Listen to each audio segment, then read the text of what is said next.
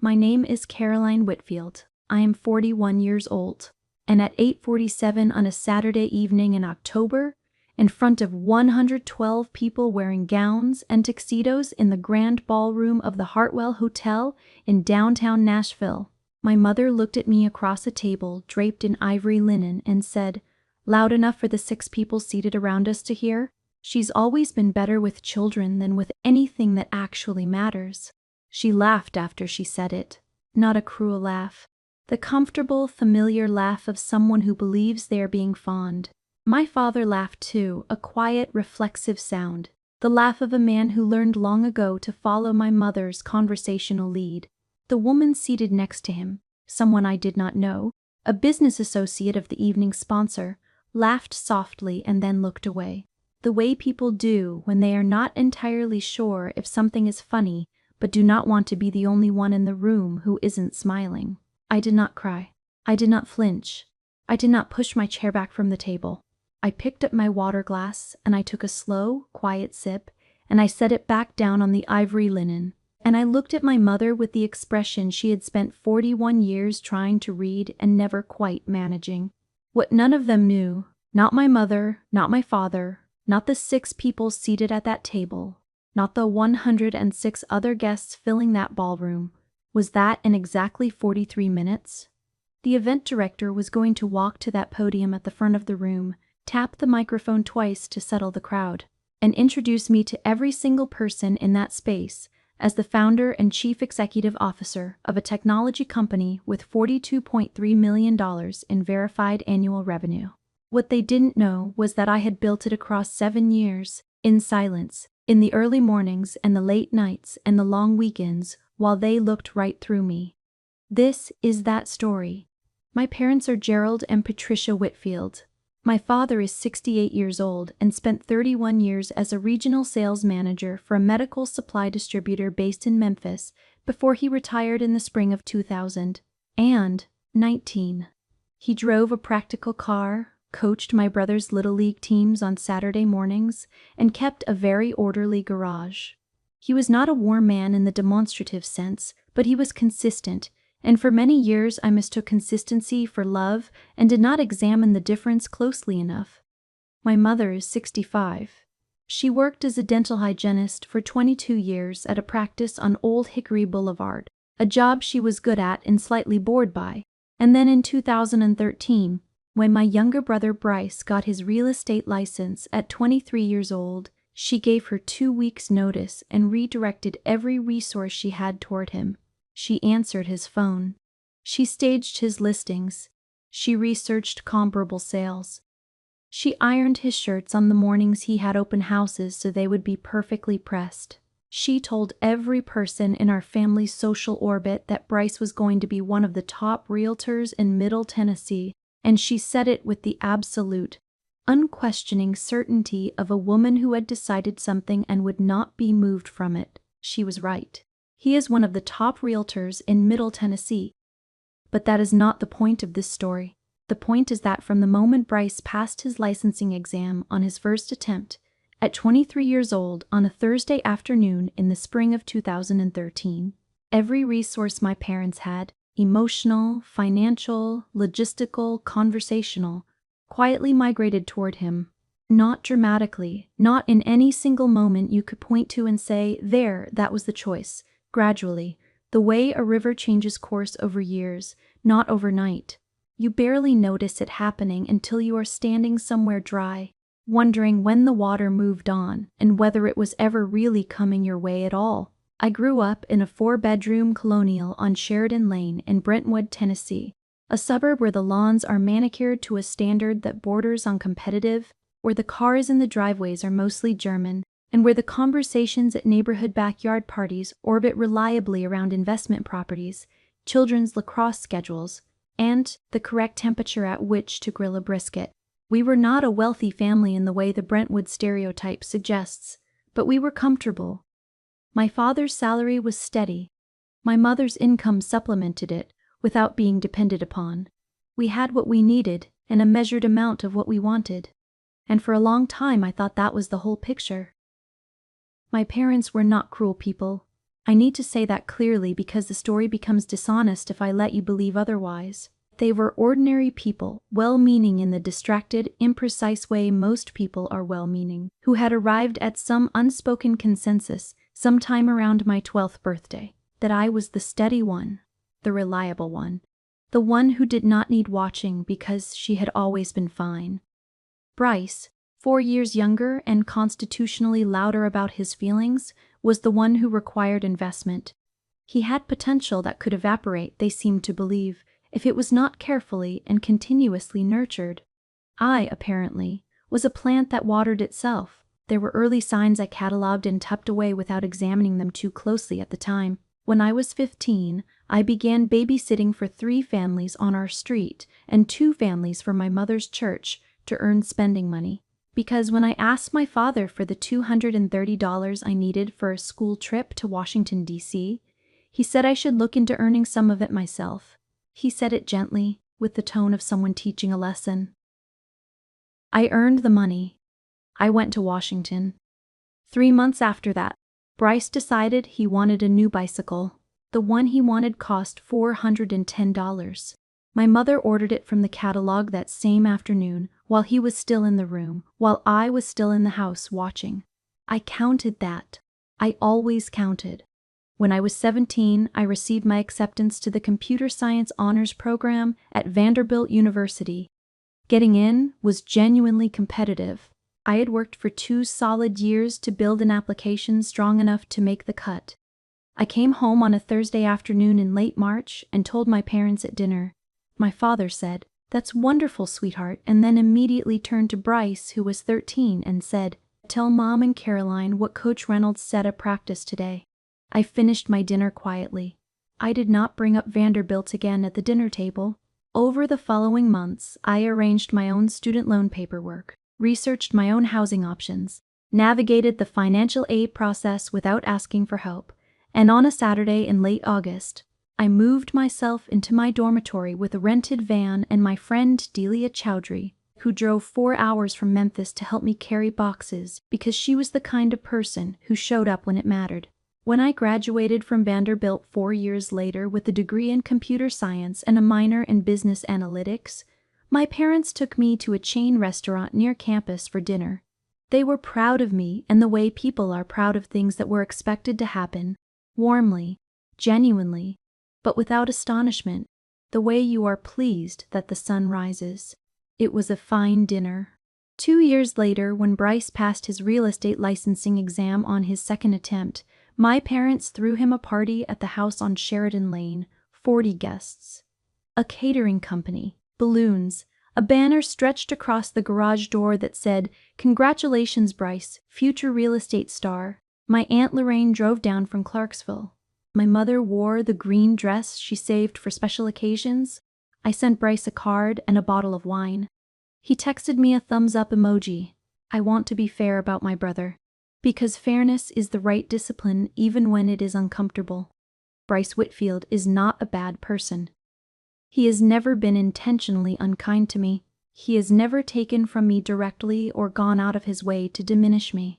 He simply existed inside a family system that made things easier for him than for me, and he accepted that system the way comfortable people accept comfortable systems, which is to say, without looking at it too carefully. What I resented was not him. What I resented, for a very long time, was the story my parents had constructed about me without consulting me. In their story, I was the background character, the stable element, the one who held the frame together while the interesting people lived their lives inside it, the reliable one. And then, as the years passed and my quiet professionalism continued to produce no visible drama, no crisis, no need for rescue, the story shortened further. I became, in the shorthand of family conversation, simply the one who was good with children, the babysitter. That word started around the time I turned 27. By then, I had been working for 4 years at a software startup in Nashville called Prism Analytics, first as a junior developer, and then, after 18 months, as a product manager responsible for 3 product lines. By then, I had also been quietly, methodically building something of my own. A platform I had named ClearRoute. a logistics optimization tool built specifically for small and mid-sized freight carriers, the kind of businesses that were too large to run on spreadsheets and gut instinct, but too small to afford the enterprise software that the major players used. They were losing money on route inefficiencies, on missed optimization windows, on fuel costs that a better system could have reduced. The gap was real. The problem was real. I had identified it at a networking event in the spring of 2014, during a 45-minute conversation with a freight broker named Dale Hendricks, who spent most of that conversation telling me about everything his dispatch software could not do. I went home that night and opened a notebook. I spent the next 8 months building the first version of ClearRoute on a laptop at my kitchen table on Wedgwood Avenue, sometimes until 2 or 2:30 in the morning, getting up at 6 to make it to Prism Analytics by 8:15. I brought in my first paying client, Meridian Freight Solutions, out of Murfreesboro, in January of 2015. They paid me $1,400 a month for a platform that I was still actively improving at the same time they were using it, which required a level of confident communication I had to practice deliberately. I remember sitting in my apartment at 11:20 on the night the first payment cleared, staring at the bank confirmation on my laptop screen, with both hands flat on the table, saying nothing. This is real. That was the whole thought. This is real. I told almost no one, not out of embarrassment and not out of secrecy for its own sake, because I had learned by then a principle that I had arrived at through experience rather than instruction. When you tell people about something before it is large enough to speak for itself, they offer you their doubt dressed as concern, and you carry that doubt with you into every room where the work needs to get done. And it is heavier than it looks. So I kept ClearRoute to myself. I went to Prism Analytics every weekday. I built the platform every other waking hour. When my family asked what I was doing with my evenings, I said I was working on a side project. My mother told her friend Diane that Caroline was always tinkering with something on the computer, wasn't she? Just like when she was young and used to organize the neighborhood children for those little plays. Then my mother said she thought I might be babysitting the neighbors' startup ideas, and she laughed, and Diane laughed, and I was in the kitchen when I heard it, loading the dishwasher. And I said nothing. I counted it. The breaking point came not with a crash, but with a sentence. It arrived on a Wednesday evening in March of 2019. I was in my apartment on Wedgwood Avenue.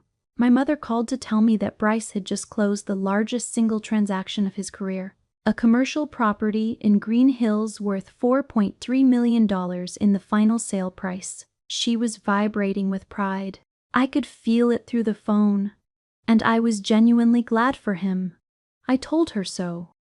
I meant it, and then she said, in the particular tone she uses when she believes she is being encouraging, "I just wish you had his drive, Caroline. You always had the brains. You just never quite knew what to do with them." She paused. Then she added, almost as an afterthought, the way people say things they have thought before but are only now choosing to say aloud. "You'd have made a wonderful teacher, though. Or a nanny." A small laugh. "You were always so good with the children." I said, "I know, Mom." I said goodnight. I hung up the phone. I sat at my kitchen table, and I did not move for a long time. Not in devastation, not in anger. In something that was quieter and colder and more permanent than either of those things. The kind of stillness that arrives not when something breaks, but when something finally, irrevocably, clicks into place. That was the moment I stopped being the woman who was waiting for someone to see her, and started becoming the woman who decided she no longer needed that. By that March night in 2019, ClearRoute had been operational for 4 years. I had 31 paying clients. Annual recurring revenue had just crossed $1.2 million. I had one full-time contractor handling customer support and one senior developer named Marcus Chen, 34 years old, formerly of Oracle, who had joined me 6 months earlier as an equity partner in exchange for leaving a comfortable salary and a corner office to work in a space with no corner and no salary, only a stake and something he believed in. Marcus was methodical, direct, and one of the most technically gifted engineers I had ever worked alongside. He had believed in Clearroot before I had made it easy to believe in, which is the kind of thing you do not forget about a person. After I hung up the phone that March night, I opened my laptop. I wrote Marcus an email.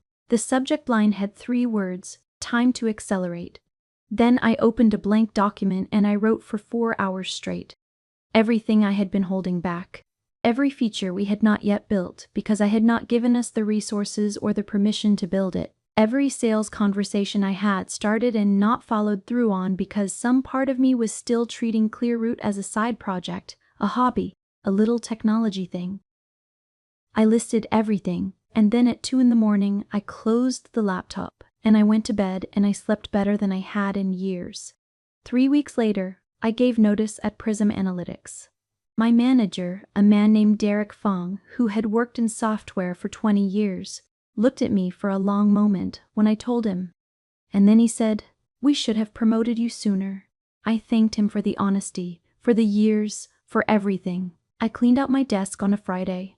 The following Monday morning, I met Marcus at the small office space we had rented on Charlotte Avenue, 840 square feet, 2 standing desks, 1 large whiteboard that we covered in green marker within the first week, and a drip coffee maker that became the subject of a disagreement that lasted the entire 2 years we worked from that space. Because Marcus believed that weak coffee was civilized, and I believed he was wrong, we rebuilt the core routing algorithm from the ground up over 8 weeks. We hired Priya Desai, 26 years old, a sales development representative who had cold called her way into 2 previous startups and been part of both their exits. Priya was relentless in the most elegant way. The way a river is relentless, not through force, but through absolute refusal to stop moving. We attended 3 regional freight industry conferences between April and September of 2019. Marcus and I split the booth shifts, gave every 3-minute pitch to anyone who would stand still, followed up within 24 hours, always without exception. In the 4th quarter of 2019, we closed 11 new enterprise clients. Annual revenue for that year came in at $2.9 million. I told my parents none of this. When my mother called, I said the software project was going reasonably well. She asked if I was still doing my little technology thing. I said yes. She asked if I was seeing anyone. I said not at the moment. She said she worried about me being alone. I said I was fine. We spoke for 12 minutes, and then she had to go because Bryce was coming over for Sunday dinner, and she needed to get the pot roast in. 2020 came, and it came hard. The year that was supposed to break small businesses, the year the world contracted and every company with fewer than 50 employees was told to hold on and hope. Clearroot did not just survive that year. We grew by 62%. The supply chain disruption that devastated so much of the economy was, for the freight industry, a 5-alarm emergency. Every carrier, every dispatcher, every logistics manager in the country needed to do more with less, to route more efficiently, to reduce waste and redundancy in ways they had never been forced to consider before. Our phone rang without pausing. Our inbox was full before 8 a.m. We hired 7 people in 8 months, held weekly all-hands calls with a team that had tripled in size and was still growing. And by December 31st, 2020, our annual revenue had crossed $5 million. I moved the office to West End Avenue in the spring of 2021. 1,200 square feet. A dedicated conference room with a glass wall. A reception area where Nathaniel Okafor, my new chief of staff, sat with the particular calm authority that made every visitor to that office feel that they were in exactly the right place. Nathaniel was 31 years old, from Houston originally, Vanderbilt MBA, and he ran the internal operations of Clearroot with the precision that freed me to do everything else. I hired him after a 40-minute interview and a reference check that made 3 separate people independently use the word exceptional. In the spring of 2021, Marcus and I closed our seed investment round, $2.4 million from Ironwood Capital Partners, a venture firm out of Atlanta that had been tracking us for 6 months before they reached out. Before I signed anything, I sent the term sheet to my attorney Helen Park, who had been recommended to me by a founder I met at a conference in 2019 and who had become, over the years since, one of the most important people in my professional life. Helen reviewed every line. She flagged 3 provisions. We negotiated all 3. I signed the round in April and felt, for the first time since that January night in 2015 when the first payment came through, that same sensation. This is real. Realer now than it had ever been. By the summer of 2023, Clearroot employed 114 full-time people across offices in Nashville, Atlanta, and Charlotte, North Carolina. We had active contracts with freight carriers across 27 states. Freight Tech Quarterly, the leading trade publication in our industry, had named us one of the top 20 logistics technology platforms in the country in their annual rankings published the previous November. We had completed a Series A round of $12 million in late 2022, and our most recent revenue audit, completed in August of 2023 by our external accounting firm, had confirmed annual recurring revenue of $42,317,000. I looked at that number for a long time when the audit came in. I printed the summary page and I kept it in the top drawer of my desk at the office, face down, and sometimes I opened the drawer and looked at it and said nothing. I had received 2 acquisition offers in the preceding 14 months, one from a logistics conglomerate based in Chicago in June of 2022, one from a private equity group in April of 2023. I declined both, not out of stubbornness, because when I had our financial projections modeled for the following 3 years, the number the acquirers were offering was not a number that reflected what Clearroot was going to be worth. Helen Park agreed. Marcus agreed. The board agreed. I sent both decline letters on the same day I received the final offer documents, within 2 hours each time, because I had already known what I was going to say before they asked. I had not told my parents about any of it, not the seed round, not the Series A, not the Freight Tech Quarterly ranking, not the acquisition offers, not the 114 employees, not the $42,317,000. When my mother called, I said the software company was doing well. She would say that was nice to hear. She would tell me about Bryce's latest listing. I would listen. We would hang up.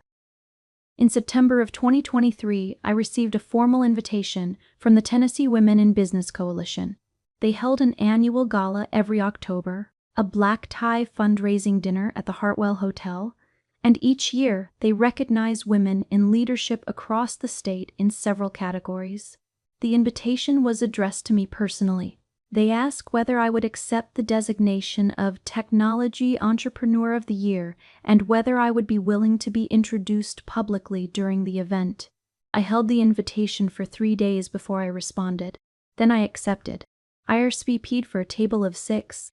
I invited Priya Desai, Nathaniel Okafor, and Helen Park. And then I did something I have thought about many times since, something I am not entirely certain how to categorize.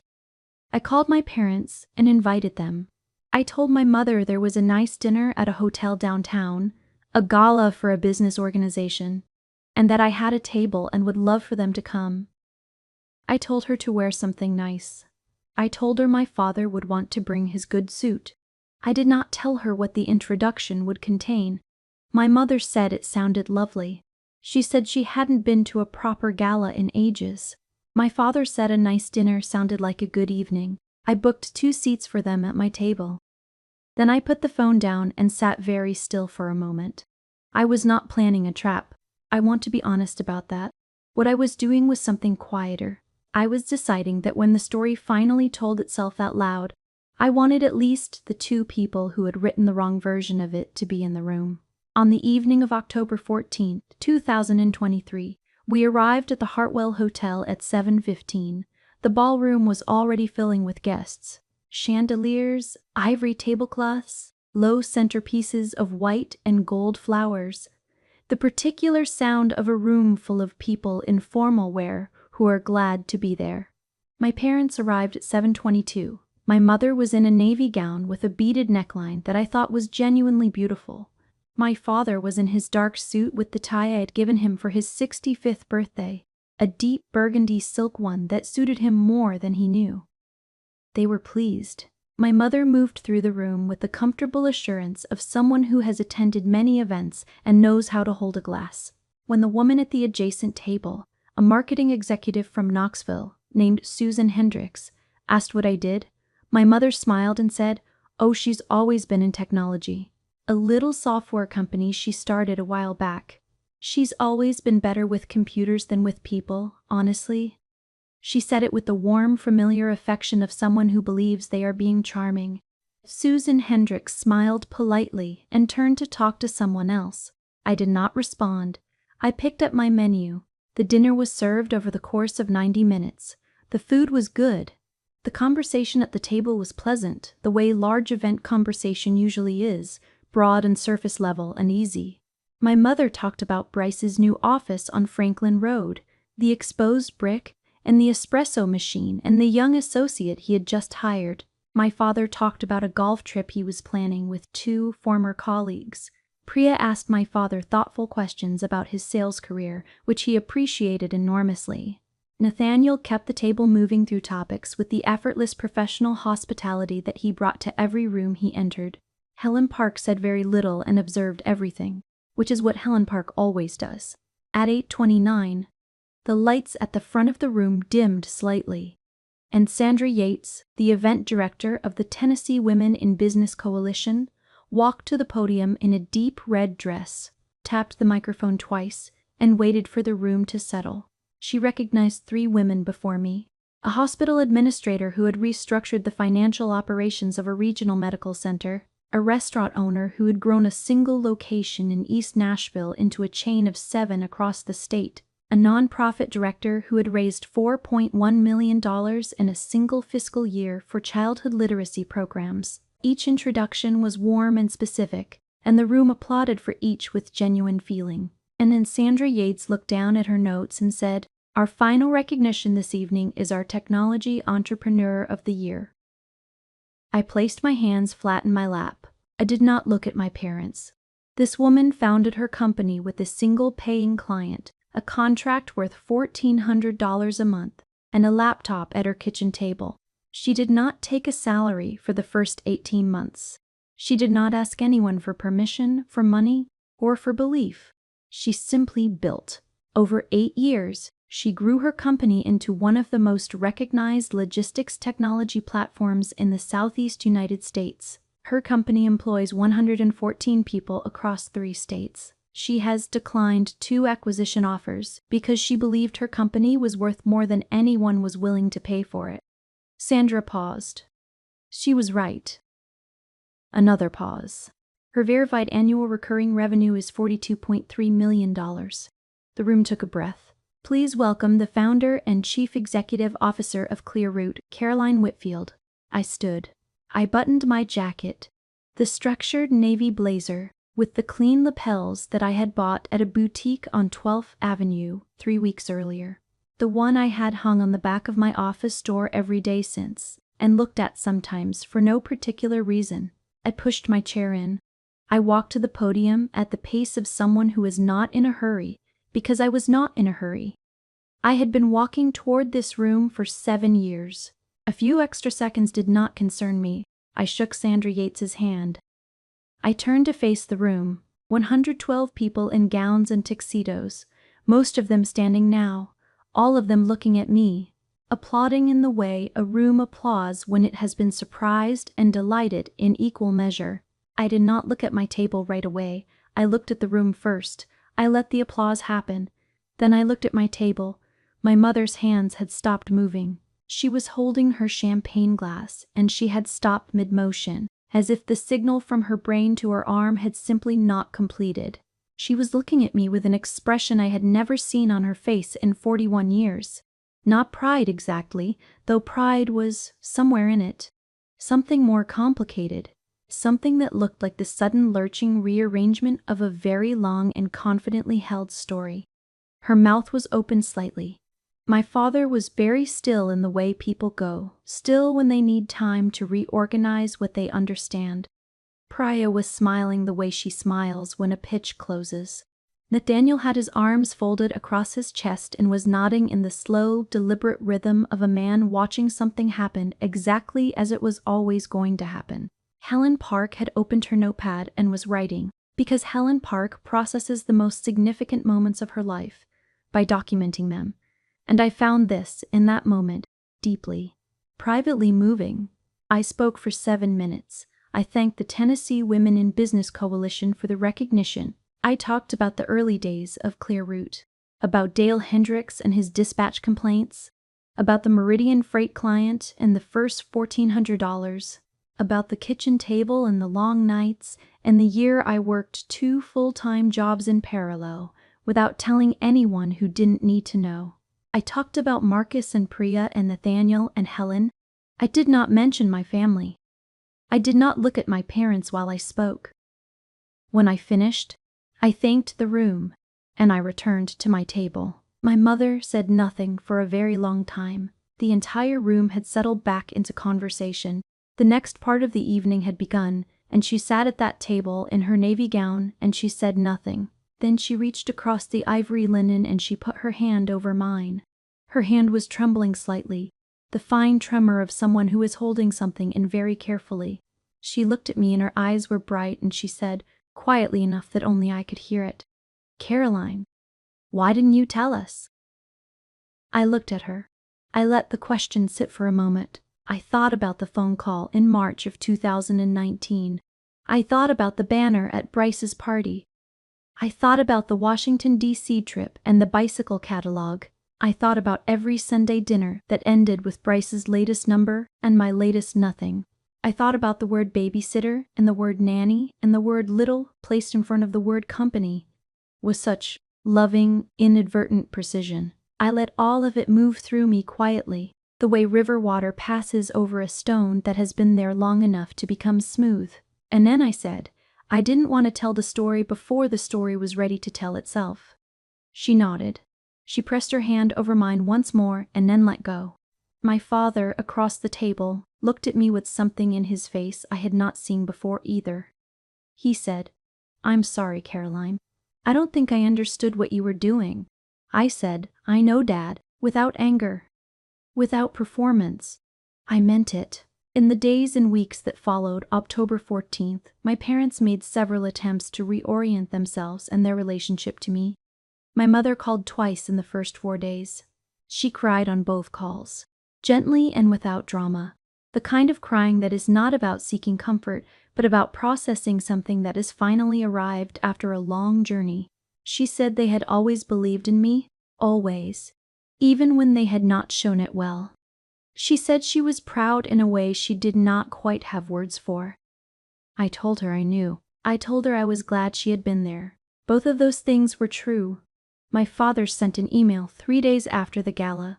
He is not a man who sends emails of any emotional significance, and the email itself was careful and slightly formal, the way men of his generation write when they are trying to be precise about something that matters to them.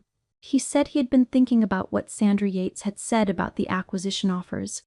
He said it had taken him several days to fully absorb the scale of what I had built. He used the word remarkable 3 times. I read the email twice, and then I put my phone down, and I sat with it for a long time before I wrote back. I wrote back warmly and in full, because warmth was the right response, not the easy response, but the right one, and I have tried, my whole life, to know the difference. Bryce called on a Tuesday morning at 9:43. His voice was different than it usually is. Lower, more considered. He said, "I genuinely had no idea. I want you to know that. I had no idea." And then he said, "Can we get lunch?" We had lunch the following Thursday at a Thai restaurant on Elliston Place. He paid for it, which he never does, and he asked me real questions about Clearroute. Not polite questions, not the questions people ask when they want to appear interested. Real questions. The kind that require you to lean forward, that require you to listen to the answers rather than planning your next one. He asked about the routing algorithm rebuild. He asked about the Series A process. He asked what the hardest year had been, and he listened when I answered. Before we left the restaurant, standing on the sidewalk in the October light, he said, "I think Mom and Dad needed this. I think maybe I did too." I said, "I think so." We hugged, which we had not done in a long time. The woman my family is choosing to become now is not the story I am most interested in telling.